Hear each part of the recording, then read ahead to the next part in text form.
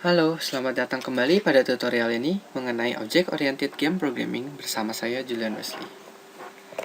Oke, pada pertemuan kali ini, di pertemuan kelima, saya akan membahas mengenai inheritance, di mana inheritance juga merupakan salah satu konsep dari OOP, yang dimana kemarin sudah belajar tentang encapsulation, sekarang kita membahas tentang inheritance. Seperti itu. Nah, inheritance biasa digunakan untuk turunan, ya, untuk turunan dari sebuah kelas yang memiliki atribut-atribut yang mirip. Contohnya seperti ini. Misalnya saya mempunyai sebuah kelas enemy. Jadi kalau kita bikin game, biasa kan ada enemy-nya. Tergantung gamenya sih sebenarnya. Kalau misalnya kita bikin yang ada enemy-nya misalnya. Nah, berarti enemy pasti punya HP.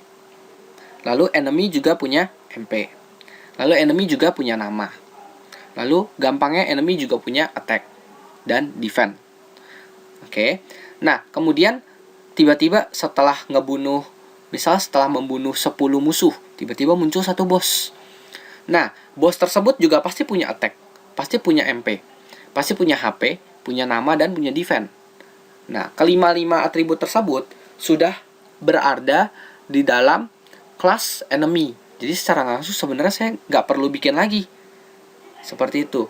Cuman, kalau saya mau bikin lagi, berarti bos itu kan mempunyai spesialnya. Begitu ya. Jadi kalau bos biasanya punya spesialnya. Apa spesialnya? Misalnya dia punya special attack, seperti itu. Nah, nanti kita akan buat di codingnya. Oke, apa yang akan kita bahas di inheritance? Pertama adalah konstruktor di subclassnya. Mohon maaf, konstruktor di subclassnya. Jadi, kalau kita mau bikin sebuah kelas anak deh ya bilangnya ya. Jadi kalau subclass itu bilangnya adalah kelas anak. Lalu ada satu istilah lagi namanya superclass. Superclass adalah kelas induk, seperti itu. Jadi kalau saya punya kelas induk yang namanya enemy, lalu saya tinggal bikin aja satu subclass namanya adalah boss, seperti itu. Nah, tinggal saya tambahkan apa. Oke. Lalu kemudian di bawahnya kita akan membahas ada lagi yang namanya override dan overload. Seperti itu ya.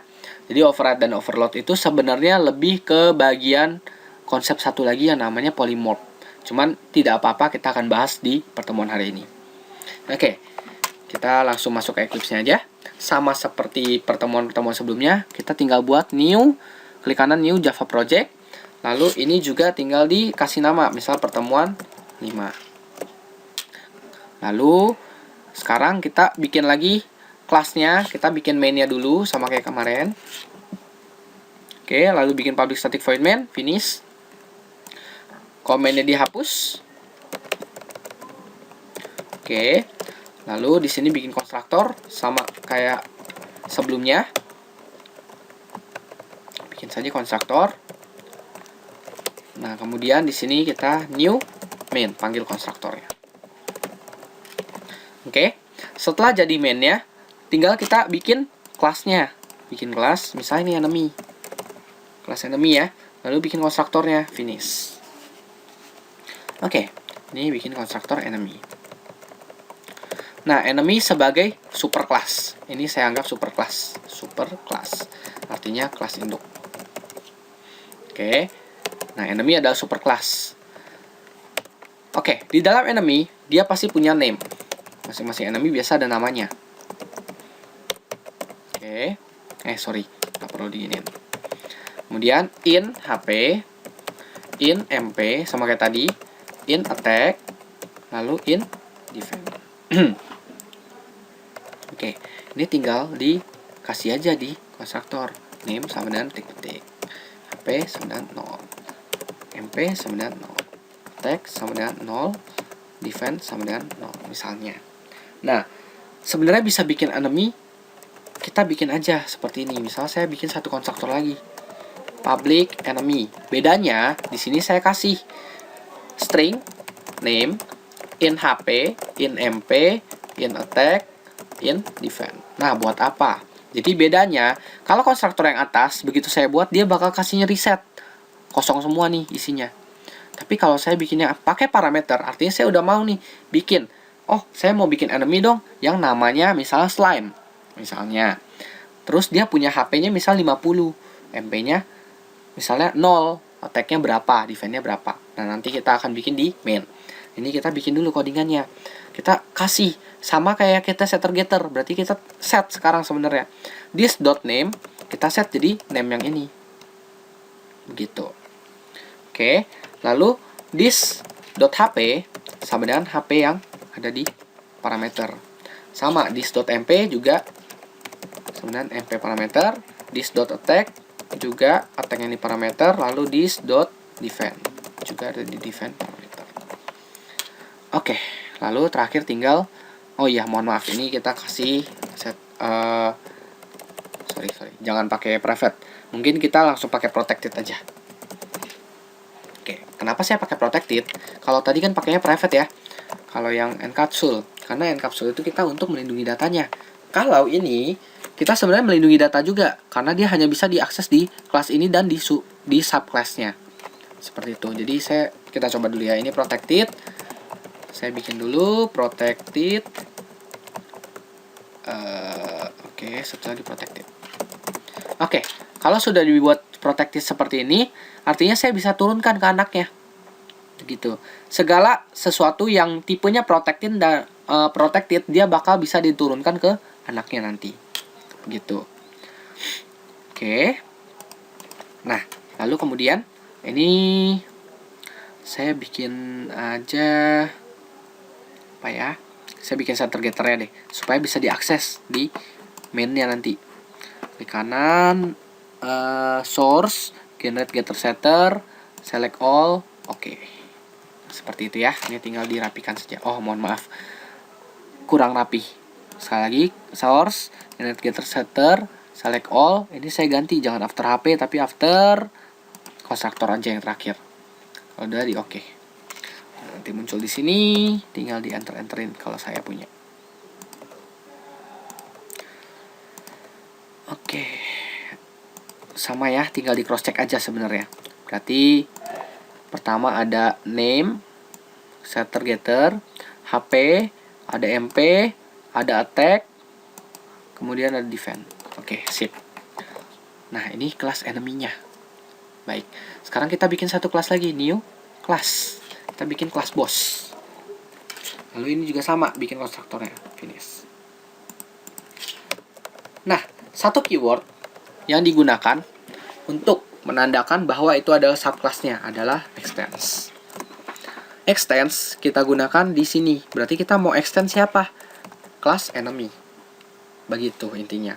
Jadi, di dalam kelas boss ini, saya udah punya nih atribut HP, atribut nama, atribut MP, attack, sama defend. Tinggal saya gunain aja sebenarnya. Nah, ada lagi yang namanya di dalam konstruktor ini, dalam konstruktornya si boss, saya bisa manggil konstruktornya enemy.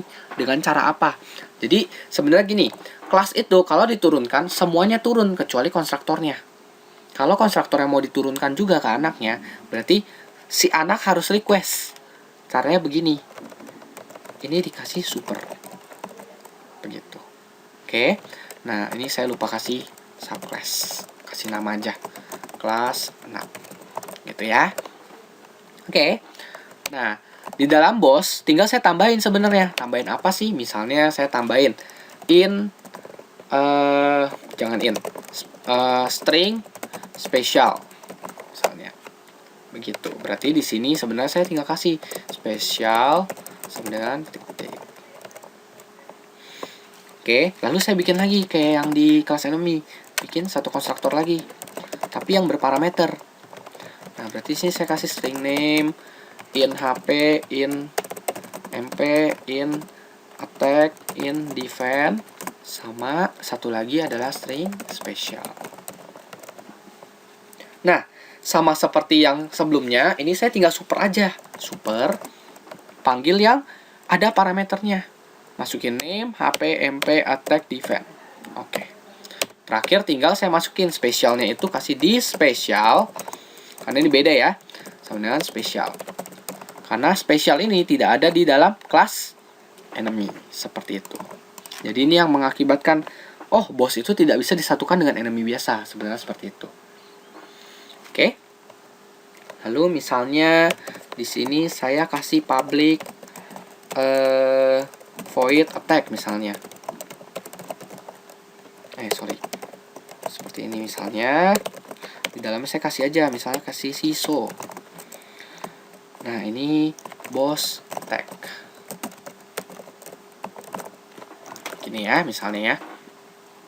Oke, kita coba panggil di main.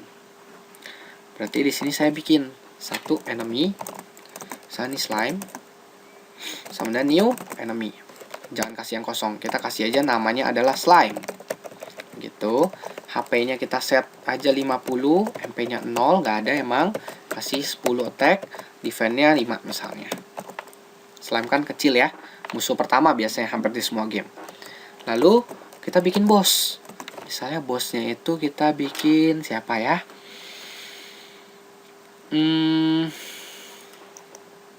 Siapa? Misalnya saya kasih aja Giant. Sama dengan Giant-nya G kecil aja.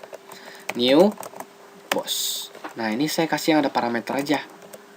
Bosnya yang ini. Oke, name-nya tinggal kasih, misalnya Giant. HP-nya Giant itu misalnya 500. MP-nya ada nih, misalnya 150.